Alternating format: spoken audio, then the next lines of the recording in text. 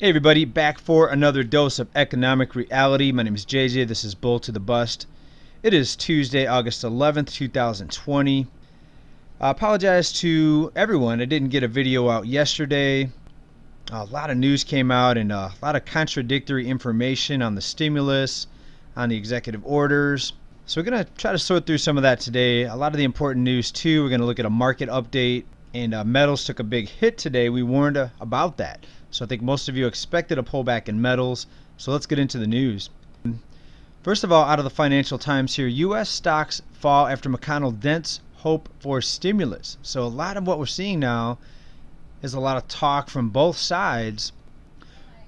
And it impacted the markets, but mostly gold and silver. Gold and silver had their worst one-day loss in over 7 years and over 12 years for gold and silver. And over 7 years for gold, 12 years for silver. So pretty big drop. Again, we told you that was going to happen. We saw that big parabolic rise over the past week or 2 weeks. And I told you not to chase the metal prices. Wait for a pullback. And that's what hopefully most of you did. Now, some attempted relief was done through an executive order. As far as both sides coming together for another stimulus package, there was just a lot of uncertainty. McConnell said, quote, "As far as I know, the Secretary and the White House Chief of Staff have not spoken to the House Speaker, and so another day has gone by with an impasse, and they need to get together," unquote. McConnell said that in a recent interview. Now, gold tumbled 5.7% to below $2,000.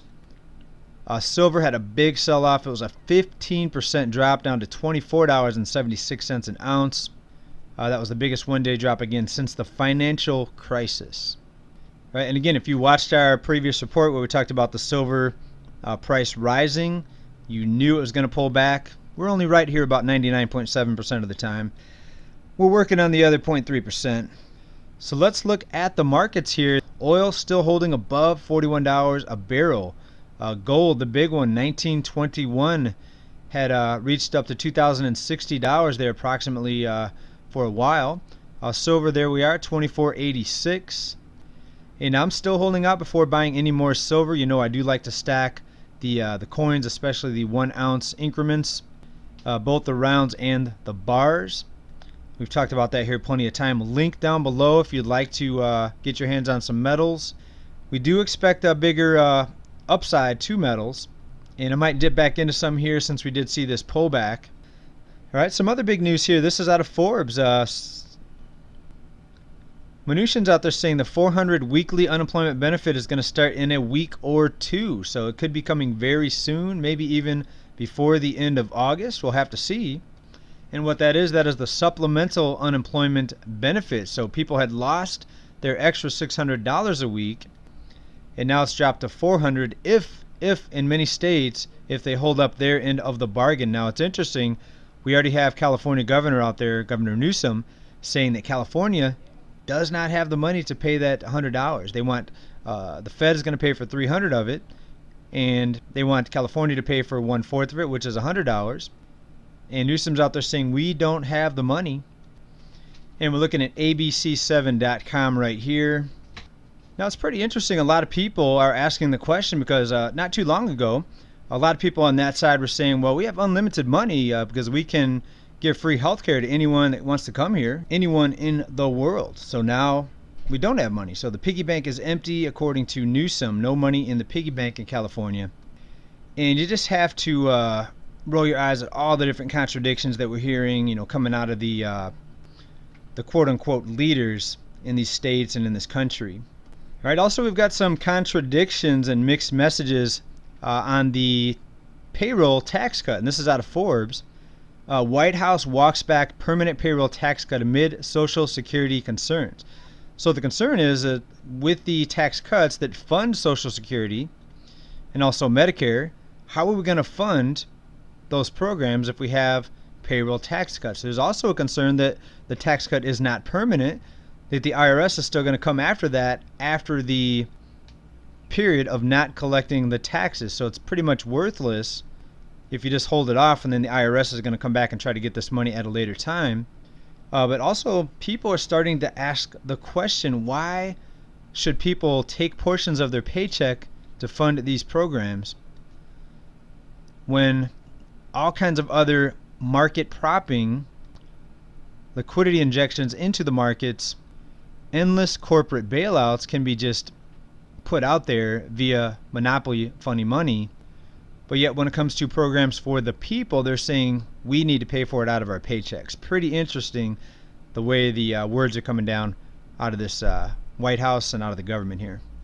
Now, many of you might know that the president announced a payroll tax holiday as one of 4 executive actions attempting to cut through a deadlock between congressional Democrats and Republicans and the White House on stimulus negotiations. Now, he also went on to say at a recent speech there in New Jersey, if victorious on November 3rd, I plan to forgive these taxes and make permanent tax cuts to payroll tax, unquote. And just my own opinion on that, I don't see that happening. I think we've already seen proof that big corporations, billionaires, and millionaires are the priority and not the poor or the middle class. I hope I'm wrong. Now, those announcements drew swift and fierce condemnation from liberals who were quick to note that the payroll tax funds and Social Security and Medicare are broadly popular programs, and defunding those would hurt a lot of people. So do you see a pattern here yet, folks? When it comes to helping the average American, the working class citizen, the lower and the middle class people, there's always a lot of red tape, complications, and disagreements. But Wall Street, corporate America, the ultra wealthy, they never have to worry about any negotiations or delays. You know what I mean? And I just hope the American people are starting to wake up. Now, there's a lot more details regarding this that we'll get into over at Patreon for those of you who are following me. I've got 2 videos I'm going to be uploading this week. A lot of things I'm not allowed to say on this platform that you'll hear us talk about over there. But let's go ahead and wrap it up with this right here. U.S. bankruptcy is on track for a 10-year high with more than 100 consumer companies already filing. And we also have to ask, who believes this narrative that we're going to have a V-shaped recovery? Are there people out there that believe that? There's not going to be a V-shaped recovery. These are jobs, companies, jobs that are gone for good, companies that are gone for good, bankrupt companies. And we live in a country where most of the jobs here are service sector jobs, and it was the service sector that was most heavily hit from the shutdown orders, right? So that doesn't add up to be something positive, and it doesn't add up to be a V-shaped recovery in any way. It's just interesting to see these financial pundits out there, CNBC, the business channels, mostly just talking about the stock market, but in reality we know that the top 10% own about 80% of all stocks. Let's wrap it up right here. This is, to me, very disturbing, but we've told you about the dependency on so many Americans here in this country, with over 40 million people, even before the shutdown, being dependent on the government for some sort of food assistance or services. Even before the shutdown, we had roughly half the country on some sort of government assistance or government paycheck. When you look at housing and other programs, including health care. But so many people dependent on the government, and in poverty basically has been masked by the program. So people are having a much more difficult times. We've documented the food lines, the food shortages, the people missing meals, and more people going hungry. Here is a report: 5 horses found butchered. The horses were found about a half a mile from the farm where they lived.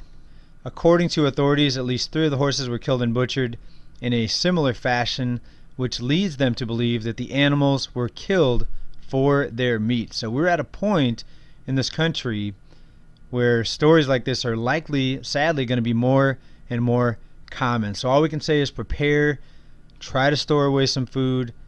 The world's richest nation is going to evolve into one of the world's most dangerous nations when you look at the level of dependency that people have here on their government. And these bailouts and these stimulus programs are not going to last forever. We're going to be looking at chaos, and chaos has already started. If you look at some of the cities right now, it's already started. So it's already began. All we can do is try to prepare for the worst, hope for the best.